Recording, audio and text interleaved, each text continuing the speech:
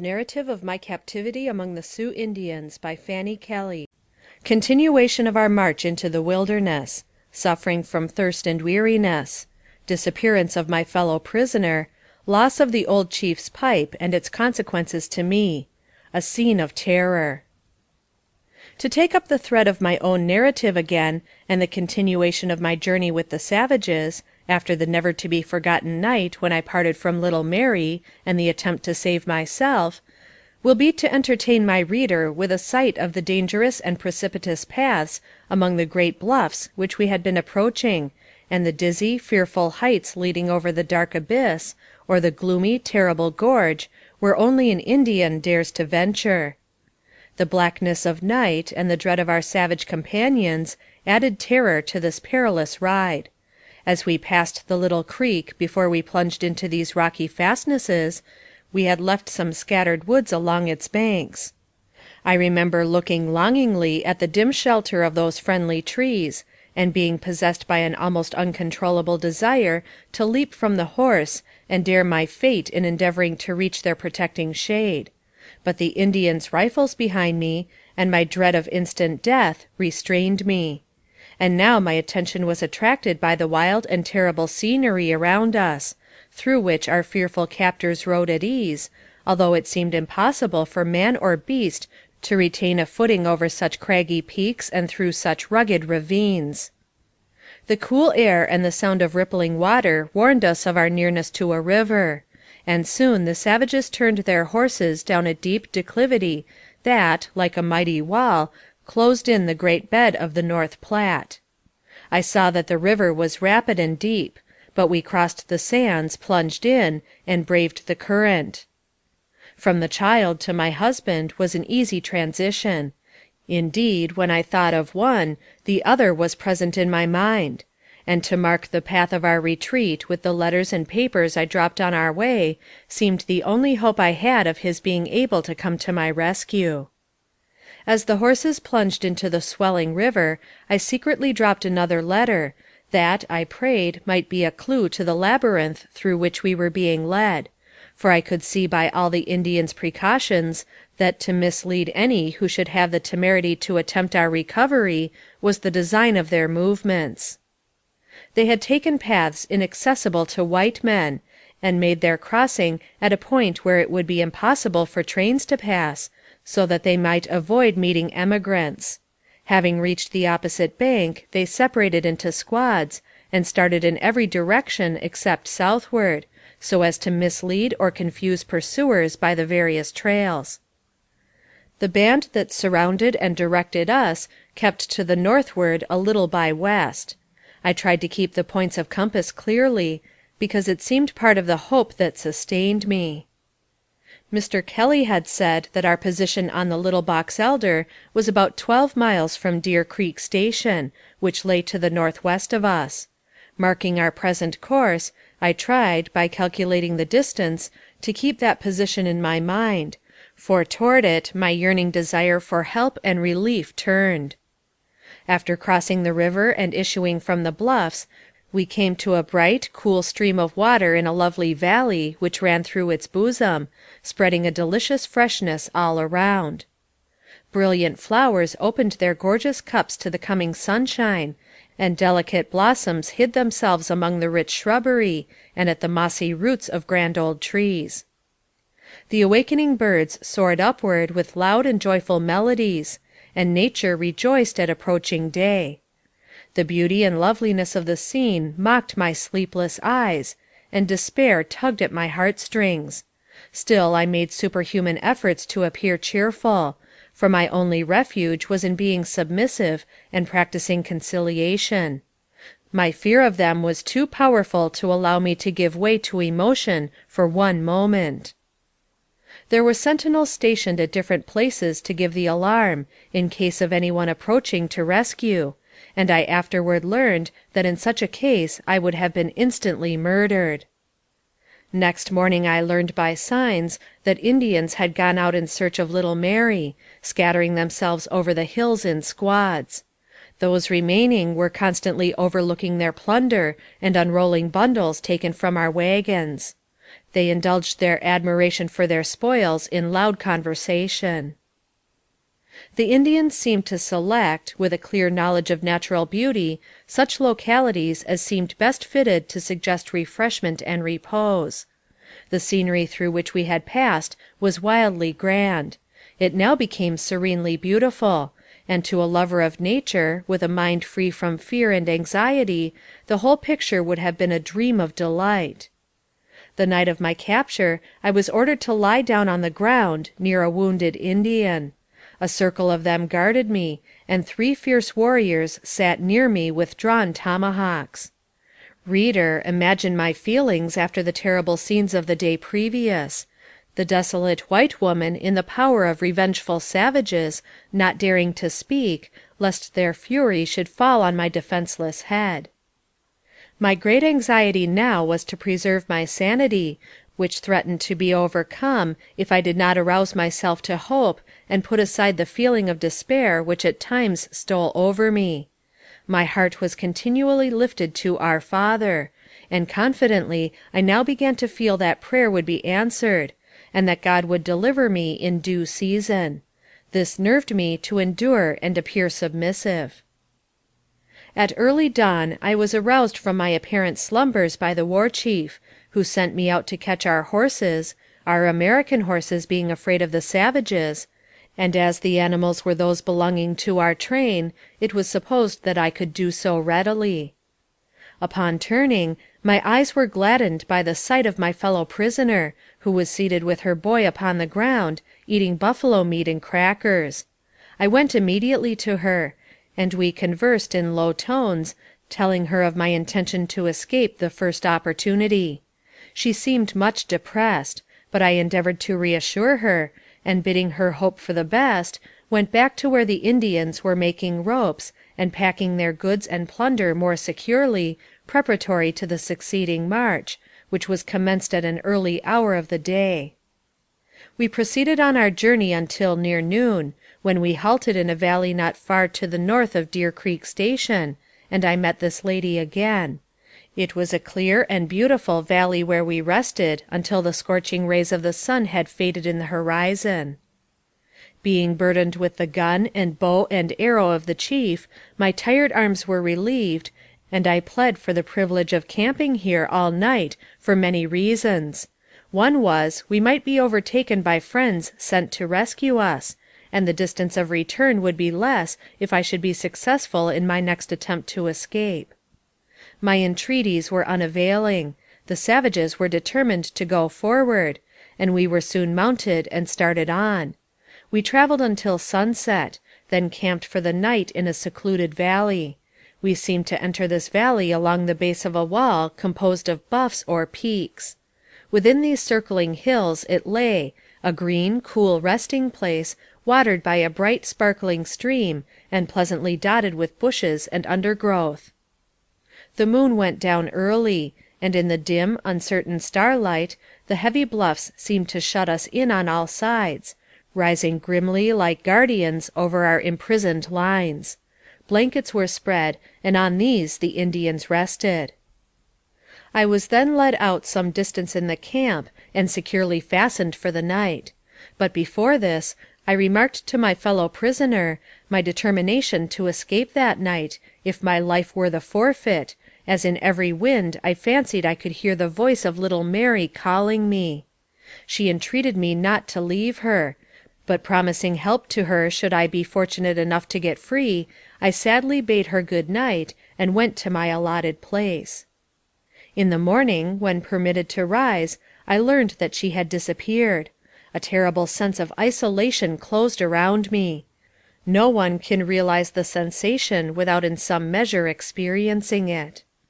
I was desolate before, but now that I knew myself separated from my only white companion, the feeling increased tenfold, and seemed to weigh me down with its awful gloomy horror. In the heart of the wilderness, surrounded by creatures with whom no chord of sympathy was entertained, far from home, friends, and the interests of civilized life, the attractions of society, and, above all, separated from husband and loved ones, there seemed but one glimpse of light in all the darkness of despair left, and that was flight. I listened to every sound, while moments appeared hours, and it seemed to me that death in its most terrible form would not be so hard to bear as the torturing agony I then endured. I murmured broken prayers. I seemed to hear the voices of my husband and child calling me, and, springing forward with a wild belief that it was real, would sink back again, overwhelmed with fresh agony. Arrangements were then made for resuming our journey, and we were soon once more on our march. Another burden had been added to my almost worn out frame, the leading of an unruly horse, and my arms were so full of the implements I was forced to carry, that I threw away the pipe of the old chief, a tube nearly 3 feet long, and given me to take care of, which was very unfortunate for me, exciting the wrath and anger of the chief to a terrible degree. Now they seemed to regard me with a suspicious aversion, and were not so kind as before. The country they passed over was high, dry, and barren. I rode one horse and led another, and when evening came they stopped to rest in a grove of great timber, where there was a dry creek bed. Water was obtained by digging in the sand, but the supply was meager, and I was allowed none. The sun began to sink, and the chief was so enraged against me that he told me by signs that I should behold it rise no more. Grinding his teeth with wrathful anger, he made me understand that I was not to be trusted, had once tried to escape, had made them suffer the loss of my child, and that my life would be the forfeit. A large fire had been built, and they all danced around it. Night had begun to darken heavily over me, and I stood trembling and horror struck, not knowing but that the flame the savages capered about was destined to consume my tortured form. The pipe of the chief was nowhere to be found, and it was demanded of me to produce it. He used the Indian words chapa chanopa, uttered in a voice of thunder, accompanying them with gestures, whose meaning was too threatening to be mistaken. I looked in fear and dismay around me, utterly at a loss to know what was expected, yet dreading the consequences of failing to obey.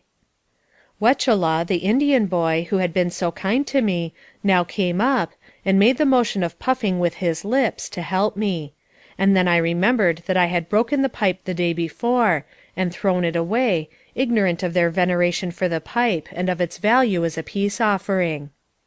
The chief declared that I should die for having caused the loss of his pipe. An untamed horse was brought, and they told me I would be placed on it as a target for their deadliest arrows, and the animal might then run at will, carrying my body wherever it would. Helpless, and almost dying with terror at my situation, I sank on a rocky seat in their midst. They were all armed, and anxiously awaited the signal. They had pistols, bows, and spears, and I noticed some stoop, and raise blazing firebrands to frighten the pawing beast that was to bear me to death. In speechless agony I raised my soul to God. Soon it would stand before his throne, and with all the pleading passion of my sinking soul I prayed for pardon and favor in his precious blood, who had suffered for my sins, and risen on high for my justification. In an instant a lifeline of thought condensed itself into my mind, and I could see my old home and hear my mother's voice; and the contrast between the love I had been so ruthlessly torn from, and the hundreds of savage faces, gleaming with ferocity and excitement around me, seemed like the lights and shadows of some weird picture. But I was to die, and I desired, with all the strength of my soul, to grasp the promises of God's mercy, and free my parting spirit from all revengeful, earthly thoughts. In what I almost felt my final breath, I prayed for my own salvation, and the forgiveness of my enemies; and remembering a purse of money which was in my pocket, knowing that it would decay with my body in the wilderness, I drew it out, and, with suffused eyes, divided it among them, though my hands were growing powerless and my sight failing. $120 in notes I gave them, telling them its value as I did so, when, to my astonishment, a change came over their faces. They laid their weapons on the ground, seemingly pleased, and anxious to understand, requesting me to explain the worth of each note clearly by holding up my fingers. Eagerly I tried to obey, perceiving the hope their milder manner held out; but my cold hands fell powerless by my side, my tongue refused to utter a sound, and, unconsciously, I sank to the ground, utterly insensible to objects around me. When insensibility gave way to returning feeling, I was still on the ground where I had fallen, but preparations for the deadly scene were gone, and the savages slumbered on the ground near me, by the faint firelight. Crawling into a sitting posture, I surveyed the camp, and saw hundreds of sleeping forms lying in groups around, with watches set in their places, and no opportunity to escape, even if strength permitted. Weak and trembling, I sat down, and lay silent until daybreak, when the camp was again put in motion, and, at their bidding, I mounted one horse and led another, as I had done on the day previous. This was no easy task, for the pack horse, which had not been broken, would frequently pull back so violently as to bring me to the ground, at which the chief would become fearfully angry, threatening to kill me at once. Practicing great caution, and using strong effort, I would strive to remain in the saddle to avoid the cuffs and blows received. Whenever the bridle would slip inadvertently from my hand, the chief's blasphemous language would all be English, a sad commentary on the benefits white men confer on their savage brethren when brought into close contact. Drunkenness, profanity, and dissolute habits are the lessons of civilization to the red men, and when the weapons we furnish are turned against ourselves, their edge is keen indeed. Feeling that I had forfeited the good will of the Indians, and knowing that the tenure of my life was most uncertain, I dared make no complaint, although hunger and devouring thirst tortured me. The way still led through dry and sandy hills, upon which the sun glared down with exhausting heat, and seemed to scorch life and moisture out of all his rays fell upon. As far as my eye could reach, nothing but burning sand and withering sagebrush or thorny cactus was to be seen. All my surroundings only served to aggravate the thirst which the terrible heat of that long day's ride increased to frenzy. When, in famishing despair, I closed my eyes, a cup of cool, delicious drink would seem to be presented to my lips, only to be cruelly withdrawn; and this torture seemed to me like the agony of the rich man, who besought Lazarus for one drop of water to cool his parched tongue. I thought of all I had been separated from, as it seemed to me, forever, and the torment of the hour reduced me to despair. I wished to die, feeling that the pangs of dissolution would not surpass the anguish of my living death. My voice was almost gone, and with difficulty I maintained my seat in the saddle.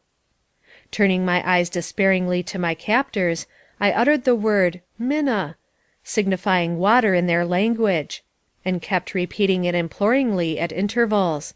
They seemed to hurry forward, and, just at sunset, came in sight of a grassy valley through which flowed a river, and the sight of it came like hope to my almost dying eyes. A little brook from the hills above found its way into the waters of this greater stream, and here they dismounted, and, lifting me from my horse, laid me in its shallow bed. I had become almost unconscious, and the cool, delightful element revived me. At first I was not able to drink, but gradually my strength renewed itself, and I found relief from the indescribable pangs of thirst. The stream by which the Indians camped that night was Powder River, and here, in 1866, Fort Connor was built, which in the following year was named Fort Reno. End of chapter 6. Powder River. Another attempt to escape. Detection and despair. A quarrel. My life saved by Jumping Bear. The name given to Powder River by the Indians is Chahali-Wacapola. It crosses the country east of the Bighorn Mountains, and from its banks can be seen the snow-capped Cloud Peak rising grandly from its surrounding hills. Between these ranges, that culminate in the queenly, shining crowned height that takes its name from the clouds it seems to pierce, are fertile valleys in which game abounds, and delicious wild fruits in great variety, some of which cannot be surpassed by cultivated orchard products in the richness and flavor they possess, although they ripen in the neighborhood of everlasting snow.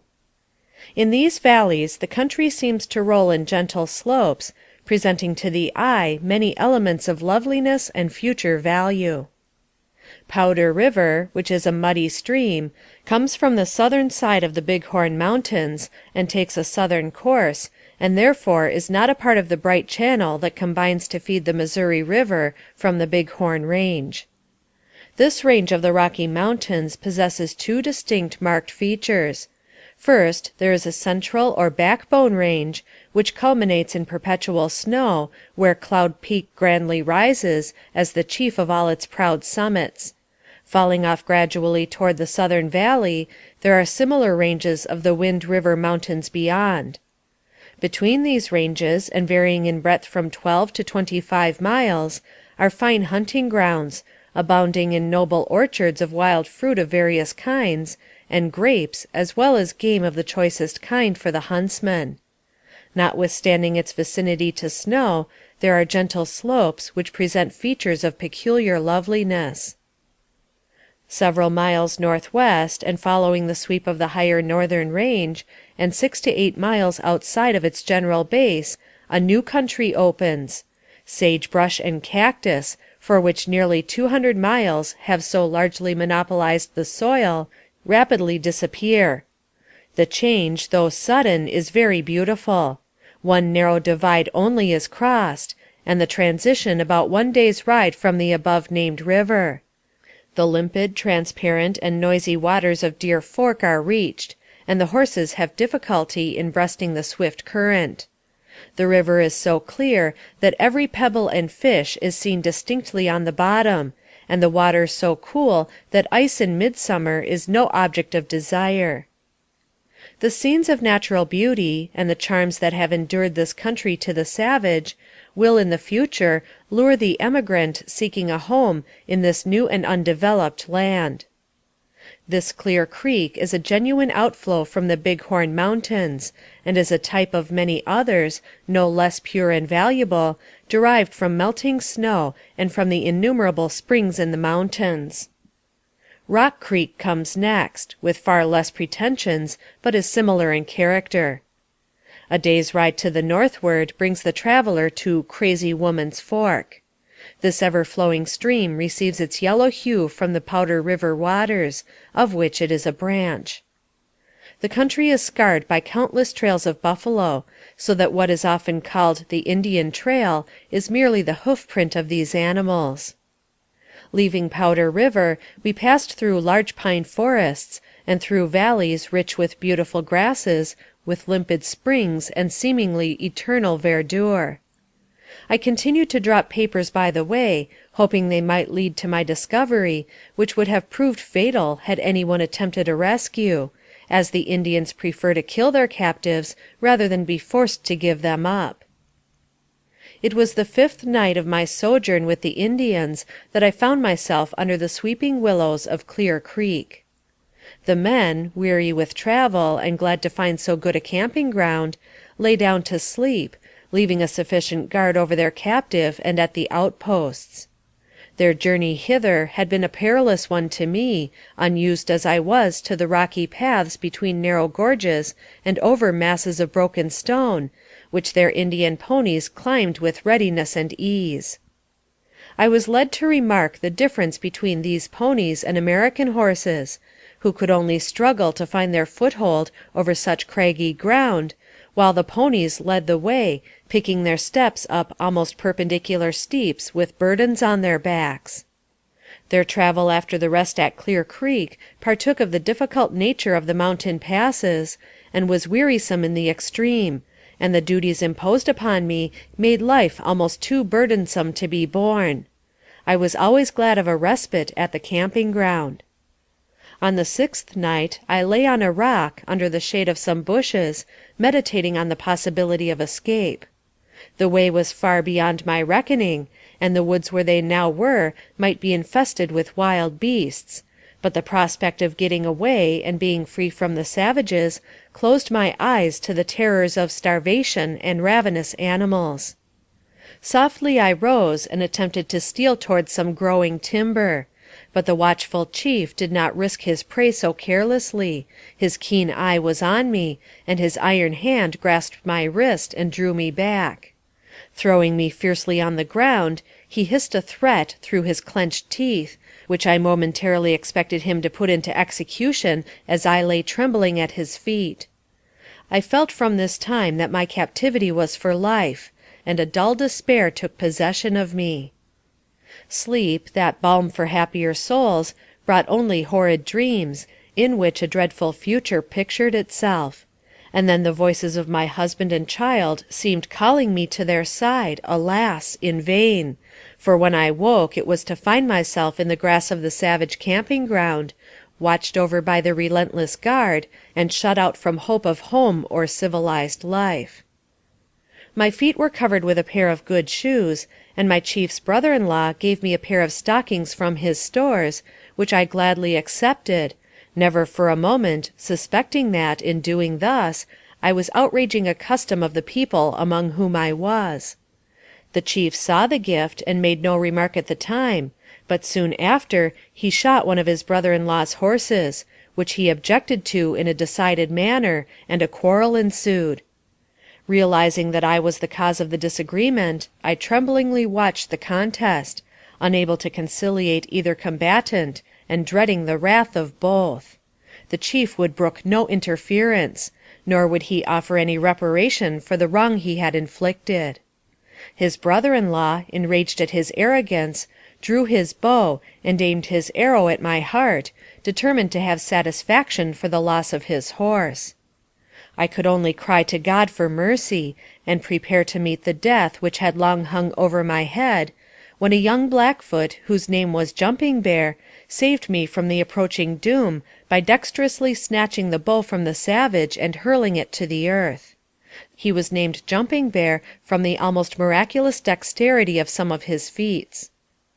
This circumstance and the Indian mentioned were, in my judgment, instruments in the hand of Providence in saving Fort Sully from the vengeance and slaughter of the Blackfeet, who had succeeded in gaining the confidence of some of the officers on the Missouri River. His activity in the attack of our train, and the energy he displayed in killing and pillaging on that occasion, notwithstanding his efforts to make me believe the contrary, forbade me to think there was any sympathy in his interference on my behalf.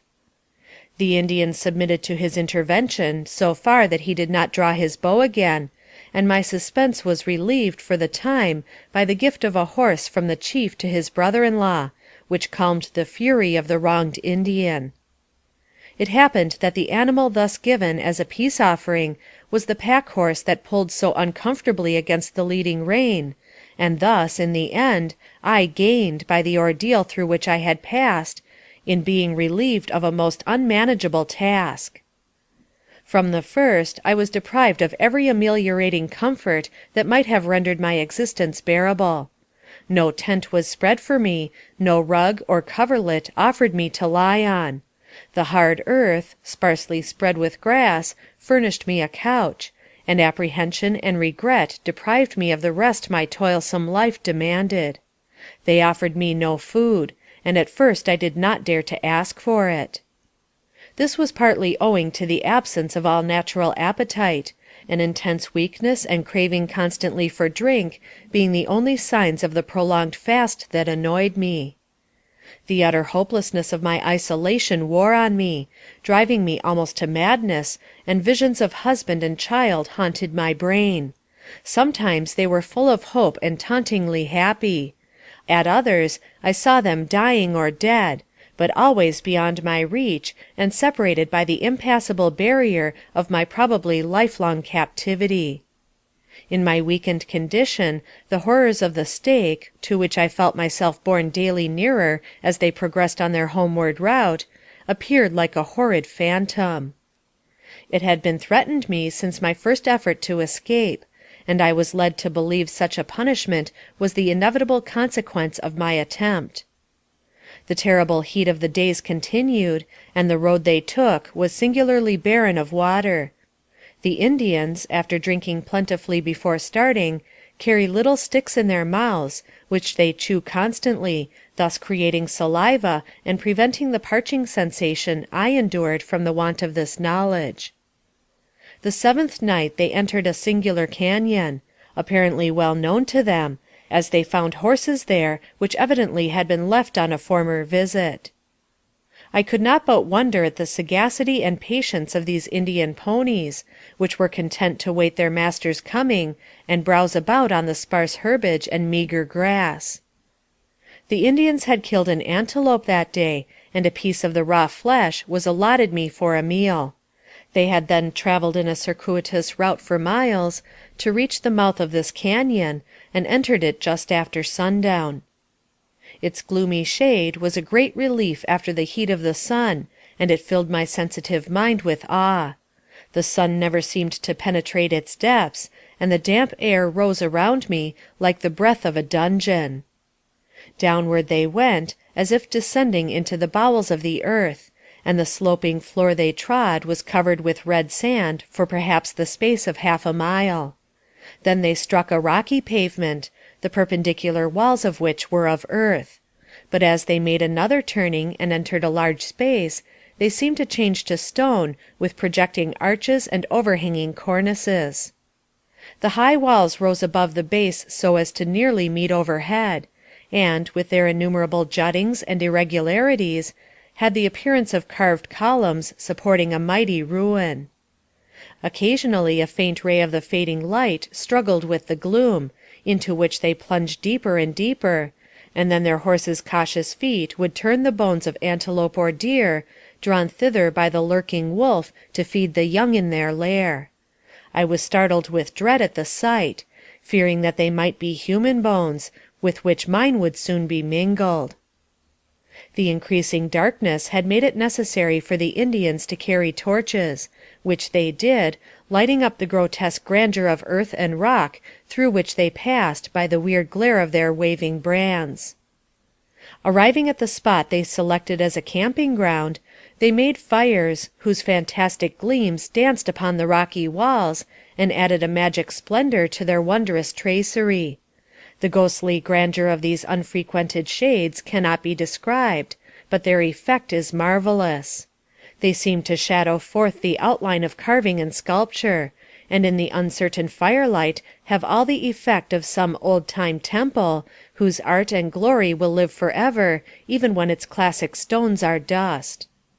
Here I found water for my parched lips, which was more grateful to my weary senses than any natural phenomenon; and sinking on a moss-grown rock near the trickling rill that sank away in the sand beyond, I found slumber in that strange, fantastic solitude. I was aroused by a whistling sound, and, gathering myself up, looked fearfully around me. Two flaming eyes seemed to pierce the darkness like a sword.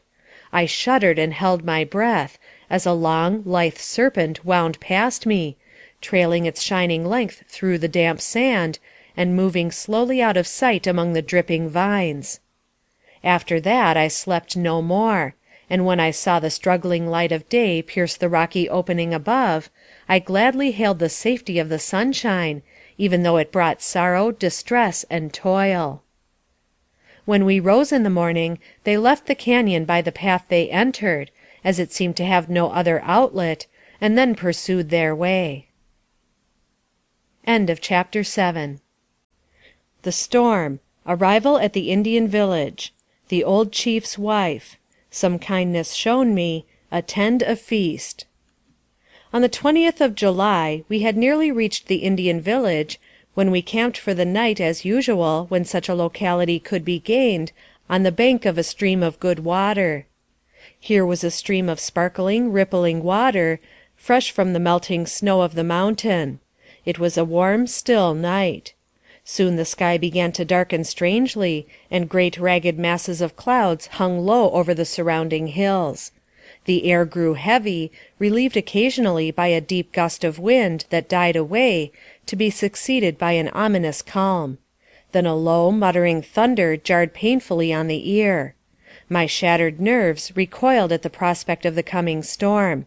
From a child I had been timid of lightning, and now its forked gleam filled me with dismay in my unsheltered helplessness. The Indians, seeing the approaching tempest, prepared for it by collecting and fastening their horses, and covering their firearms and ammunition, and lying flat on the earth themselves.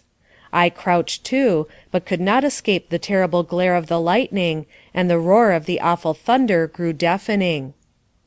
On came the storm with startling velocity, and the dread artillery of heaven boomed overhead, followed closely by blinding flashes of light, and the velocity of the whirlwind seemed to arise in its might, to add desolation to the terrible scene. When the vivid gleams lit up the air, enormous trees could be seen bending under the fierceness of the blast, and great white sheets of water burst out of the clouds, as if intent on deluging the world. Every element in nature united in terrific warfare, and the security of earth seemed denied to me while I clung to its flooded bosom, and, blinded by lightning and shocked by the incessant roaring of the thunder and the wild ravaging of the ungovernable wind, felt myself but a tossed atom in the great confusion, and could only cling to God's remembering pity in silent prayer. Huge trees were bent to the earth and broken. Others, snapped off like twigs, were carried through the frenzied air. Some forest monarchs were left bare of leaves or boughs, like desolate old age stripped of its honors. The rain had already swelled the little creek into a mighty stream, that rolled its dark, angry waters with fury, and added its sullen roar to the howlings of the storm. I screamed, but my voice was lost even to myself in the mightier ones of the furious elements. 3 hours, 3 long, never to be forgotten hours, did the storm rage thus in fury, and in those hours I thought I lived a lifetime. Then to my joy it began to abate, and soon I beheld the twinkling stars through rents in the driving clouds, while the flashing lightning and the roaring thunders, gradually becoming less and less distinct to the eye and ear, told me the devastating storm was speeding on toward the east. And when, at dawn of day, the waters were assuaged, the thunder died away, and the lightnings were chained in their cell, the scene was one of indescribable desolation. The wind had gone home. Daylight had cowed him from a raging giant into a meek prisoner, and led him moaning to his cavern in the eastern hills. A strangely solemn calm seemed to take the place of the wild conflict. But the track of destruction was there, and the swollen water and felled trees, the scattered boughs and uprooted saplings, told the story of the havoc of the storm. It was a night of horror to pass through, and I thankfully greeted the returning day that once more gave me the comfort of light, now almost my only solace, for my position grew more bitter as the chief's savage-like exultation in my capture and safe abduction increased as we neared the village where their families were, and where I feared my fate would be decided by bloodshed or the fearful stake. On the 21st of July we left camp early, the day being cool and favorable for traveling. Our route lay over rolling prairie, interspersed with extensive tracts of marsh, which, however, we easily avoided crossing.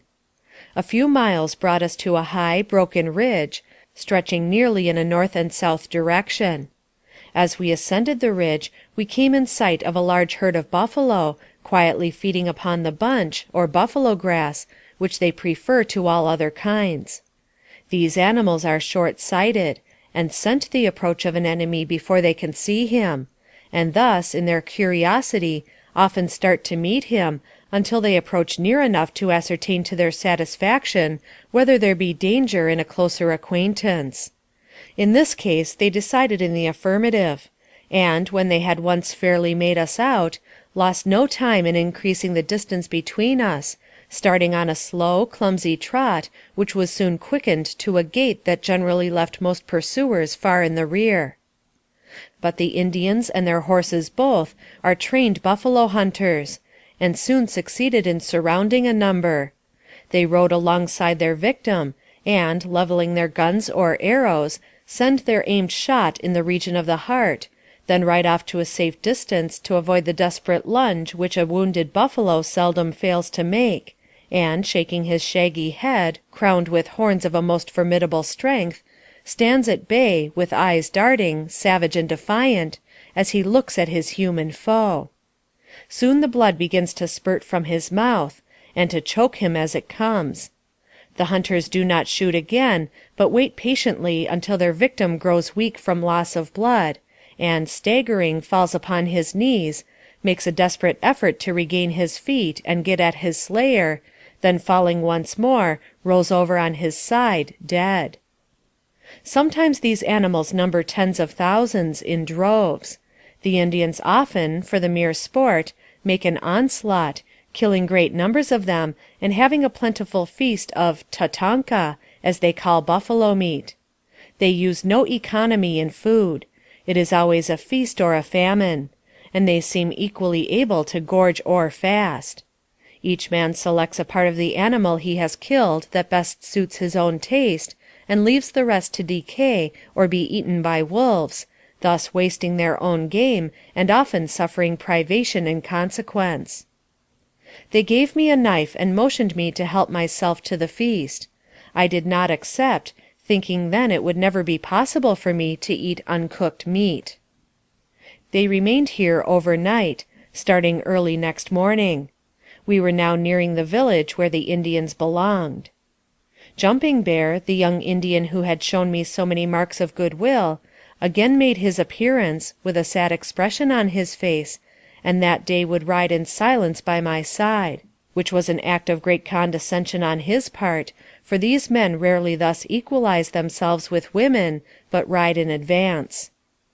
They had traveled nearly 300 miles, and, despite my fears, I began to rejoice in the prospect of arriving among women, even though they were savages, and a dawning hope that I might find pity and companionship with beings of my own sex, however separated their lives and customs might be, took possession of me. I had read of the dusky maidens of romance. I thought of all the characters of romance and history, wherein the nature of the red man is enshrined in poetic beauty. The untutored nobility of soul, the brave generosity, the simple dignity untrammeled by the hollow conventionalities of civilized life, all rose mockingly before me, and the heroes of my youthful imagination passed through my mind in strange contrast with the flesh and blood realities into whose hands I had fallen. The stately Logan, the fearless Philip, the bold Black Hawk, the gentle Pocahontas. How unlike the greedy, cunning, and cruel savages who had so ruthlessly torn me from my friends. Truly, these pictures of the children of the forest that adorn the pages of the novelist are delightful conceptions of the airy fancy, fitted to charm the mind. They amuse and beguile the hours they invest with their interest. But the true red man, as I saw him, does not exist between the pages of many volumes. He roams his native wastes, and to once encounter and study him there, so much must be sacrificed that I could scarcely appreciate the knowledge I was gaining at such a price. Notwithstanding all that I had seen and experienced, I remembered much that was gentle and faithful in the character ascribed to the Indian women. Perhaps I might be able to find one whose sympathy and companionship could be wrought upon to the extent of aiding me in some way to escape. I became hopeful with the thought, and almost forgot my terror of the threats of my captors, in my desire to see the friendly faces of Indian women. The country around was rich and varied. Beautiful birds appeared in the trees, and flowers of variety and fragrance nodded on their stems.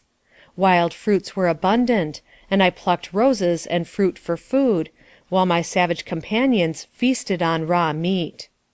They did not seem to care for fruit, and urged me to eat meat with them. I refused, because of its being raw. A young Indian, guessing the cause of my refusal to eat, procured a kettle, made a fire, cooked some, and offered it to me. I tried to eat of it to please them, since they had taken the trouble to prepare a special dish, but owing to the filthy manner in which it was prepared, a very small portion satisfied me. We were now nearing a river, which, from its locality, must have been the Tongue River, where we found refreshing drink and rested for a short time.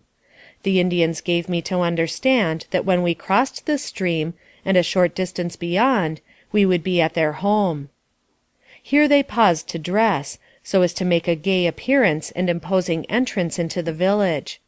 Except when in full dress, an Indian's wearing apparel consists only of a buffalo robe, which is also part of a fine toilet. It is very inconveniently disposed about the person, without fastening, and must be held in position with the hands.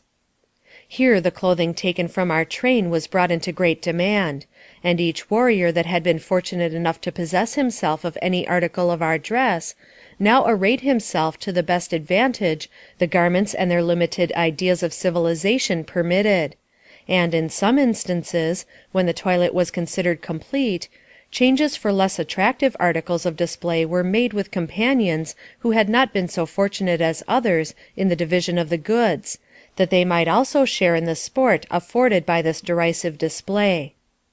Their peculiar ideas of tasteful dress rendered them grotesque in appearance. One brawny face appeared under the shade of my hat, smiling with evident satisfaction at the superiority of his decorations over those of his less fortunate companions. Another was shaded from the scorching rays of the sun by a tiny parasol, and the brown hand that held it aloft was thinly covered by a silk glove, which was about the only article of clothing, except the invariable breech-cloth, that the warrior wore. Vests and other garments were put on with the lower part upward, and they all displayed remarkable fertility in the arrangement of their decorations. They seemed to think much of their stolen goods, some of which were frivolous and others worthless. Decorating themselves by way of derision, each noble warrior endeavored to outdo the other in splendor, which was altogether estimated by color and not by texture. Their horses were also decked in the most ridiculous manner. Ottawa, or Silverhorn, the war chief, was arrayed in full costume. He was very old, over 75, partially blind, and a little below the medium height. He was very ferocious and savage looking, and now, when in costume, looked frightful. His face was red, with stripes of black, and around each eye a circlet of bright yellow. His long, black hair was divided into 2 braids, with a scalp lock on top of the head. His ears held great brass wire rings, full 6 inches in diameter, and chains and bead necklaces were suspended from his neck. Armlets and bracelets of brass, together with a string of bear's claws, completed his jewelry. He also wore leggings of deerskin, and a shirt of some material beautifully ornamented with beads, and fringed with scalp locks, that he claimed to have taken from his enemies, both red and white. Over his shoulders hung a great, bright-colored quilt that had been taken from our stores. He wore a crown of eagle feathers on his head, also a plume of feathers depending from the back of the crown. His horse, a noble-looking animal, was no less gorgeously arrayed. His ears were pierced, like his master's, and his neck was encircled by a wreath of bear's claws, taken from animals that the chief had slain. Some bells and a human scalp hung from his mane, forming together, thus arrayed, a museum of the trophies of the old chief's prowess on the war-path, and of skill in the chase. When all was arranged, the chief mounted his horse and rode on in triumph toward the village, highly elated over the possession of his white captive, whom he never looked back at or deigned to notice, except to chastise on account of her slowness, which was unavoidable, as I rode a jaded horse and could not keep pace. The entire Indian village poured forth to meet us, amid song and wild dancing, in the most enthusiastic manner, furnishing flags and weapons of war in frenzied joy as we entered the village, which, stretched for miles along the banks of the stream, resembled a vast military encampment, with the wigwams covered with white skins, like Sibley tents in shape and size, ranged without regard to order, but facing one point of the compass. We penetrated through the irregular settlement for over a mile, accompanied by the enthusiastic escort of men, women, and children. We rode in the center of a double column of Indians, and directly in the rear of the chief, till we reached the door of his lodge, when several of his wives came out to meet him. He had 6, but the senior one remained in the tent, while a younger one was absent with the farmer or Gros Ventre Indians. Their salutation is very much in the manner of the Mexicans. The women crossed their arms on the chief's breast and smiled. They met me in silence, but with looks of great astonishment. I got down as directed, and followed the chief into the great lodge or tent, distinguished from the others by its superior ornaments. It was decorated with brilliantly colored porcupine quills, and a terrible fringe of human scalp locks taken in battle from the Pawnees. On one side was depicted a representation of the Good Spirit, rude in design and daubed with colors. On the other side was portrayed the figure of the Spirit of Evil in like manner. The Indians believe in these two deities, and pay their homage to them. The first they consider as entirely benevolent and kind, but the second is full of vile tricks and wicked ways. They fear him, and consider it only safe to propitiate him occasionally by obedience to his evil will. This may account for some of their worst ferocities, and explain that horrible brutality of nature which they so often exhibit. The senior wife, who had remained in the lodge, met her husband with the same salutation as the others had done. I was shown a seat opposite the entrance on a buffalo skin. The chief's spoil was brought in for division by his elderly spouse. As it was spread out before them, the women gathered admiringly round it, and proved their peculiarities of taste; and love of finery had a counterpart in these forest belles, as well defined as if they had been city ladies. Eagerly they watched every new article displayed, grunting their approval, until their senior companion seized a piece of cloth, declaring that she meant to retain it all for herself. This occasioned dissatisfaction, which soon ripened into rebellion among them, and they contended for a just distribution of the goods. The elder matron, following her illustrious husband's plan in quelling such outbreaks, caught her knife from her belt, sprang in among them, vowing that she was the oldest and had the right to govern, and threatening to kill every one if there was the least objection offered to her decrees. I had so hoped to find sympathy and pity among these artless women of the forest, but instead, cowed and trembling, I sat, scarcely daring to breathe. The chief noticed my fear and shrinking posture, and smiled. Then he rose and made a speech, which had its effect. The women became quiet. Presently an invitation arrived for the chief to go to a feast, and he rose to comply. I followed his departing figure with regretful glances, for, terrible as he and his men had been, the women seemed still more formidable, and I feared to be left alone with them, especially with the hot temper and ready knife of the elder squaw. Great crowds of curious Indians came flocking in to stare at me. The women brought their children. Some of them, whose fair complexion astonished me, I afterward learned were the offspring of fort marriages. One fair little boy, who with his mother had just returned from Fort Laramie, came close to me. Finding the squaw could speak a few words in English, I addressed her, and was told, in reply to my questions, that she had been the wife of a captain there, but that his white wife arriving from the east, his Indian wife was told to return to her people.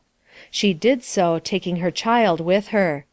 The little boy was dressed completely in military clothes, even to the stripe on his pantaloons, and was a very bright, attractive child of about 4 years.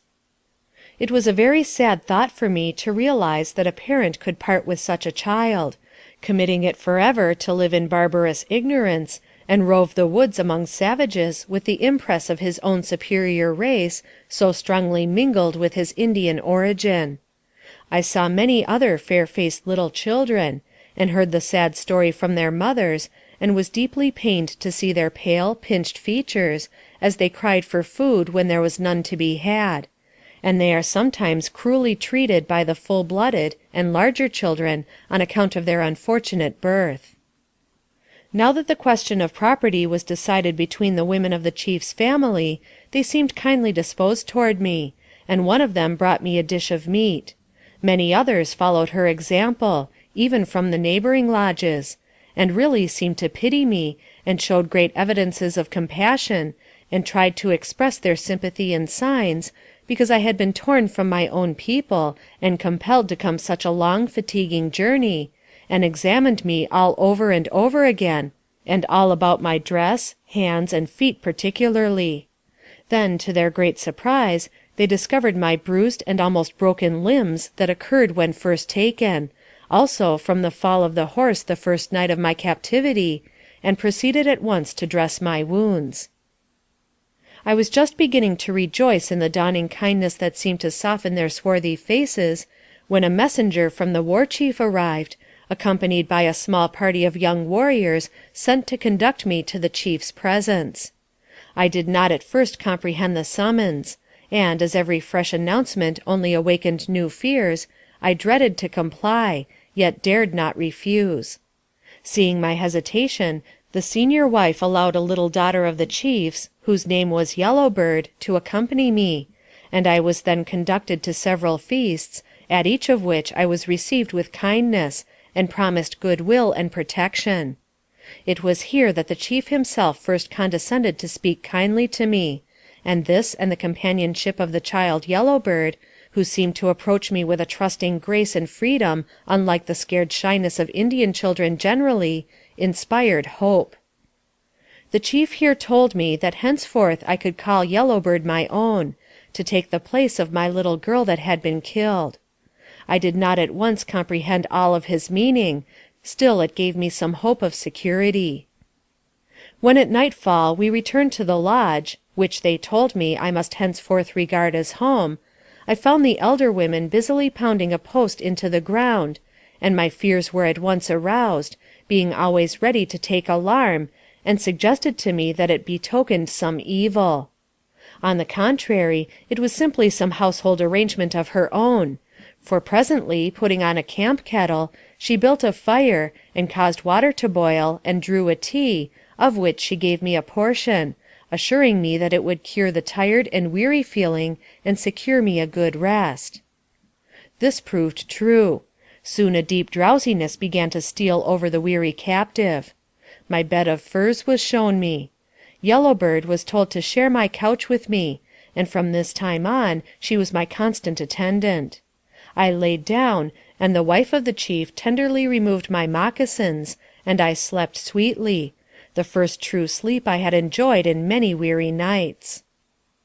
Before my eyes closed in slumber, my heart rose in gratitude unspeakable to God for his great and immeasurable mercy. I readily adapted myself to my new position.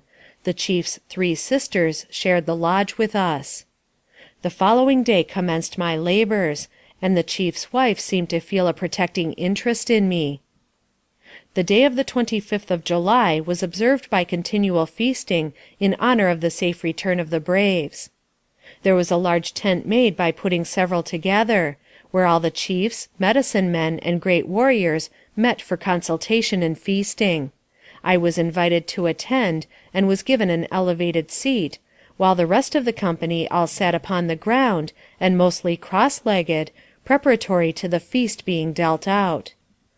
In the center of the circle was erected a flagstaff, with many scalps, trophies, and ornaments fastened to it. Near the foot of the flagstaff were placed, in a row on the ground, several large kettles, in which was prepared the feast. Near the kettles on the ground also were a number of wooden bowls, in which the meat was to be served out. And in front 2 or 3 women, who were placed as waiters, to light the pipes for smoking, and also to deal out the food. In these positions things stood, and all sat, with thousands climbing and crowding around for a peep at me, as I appeared at the grand feast and council, when at length the chief arose, in a very handsome costume, and addressed the audience, and in his speech often pointed to me. I could understand but little of his meaning. Several others also made speeches, that all sounded the same to me. I sat trembling with fear at these strange proceedings, fearing they were deliberating upon a plan of putting me to some cruel death to finish their amusement. It is impossible to describe my feelings on that day, as I sat in the midst of those wild, savage people. Soon a handsome pipe was lit and brought to the chief to smoke. He took it, and after presenting the stem to the north, the south, the east, and the west, and then to the sun that was over his head, uttered a few words, drew a few whiffs, then passed it around through the whole group, who all smoked. This smoking was conducted with the strictest adherence to exact and established form, and the feast throughout was conducted in the most positive silence. The lids were raised from the kettles, which were all filled with dog's meat alone, it being well cooked and made into a sort of stew.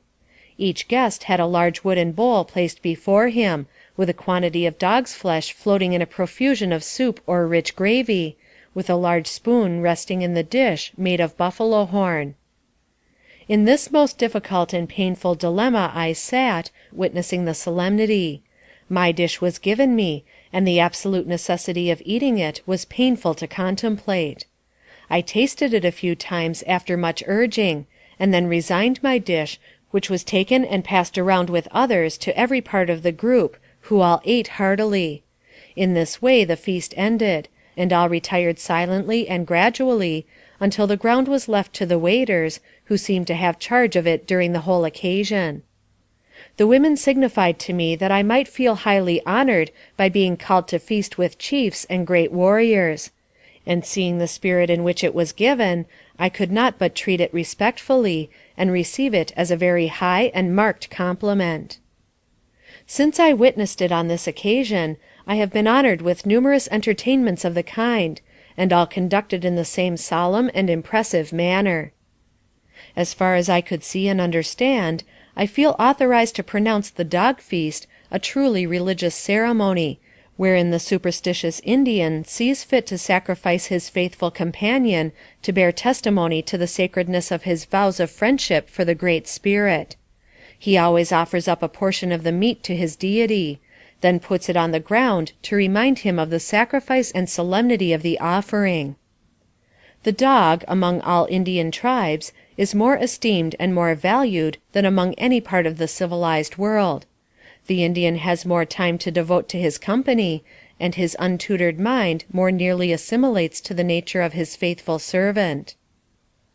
The flesh of these dogs, though apparently relished by the Indians, is undoubtedly inferior to venison and buffalo meat, of which feasts are occasionally made, where friends are invited, as they are in civilized society to a pleasant and convivial party; from which fact alone, it would seem clear that they have some extraordinary motive, at all events, for feasting on the flesh of that useful and faithful animal, even when as in the instance I have been describing.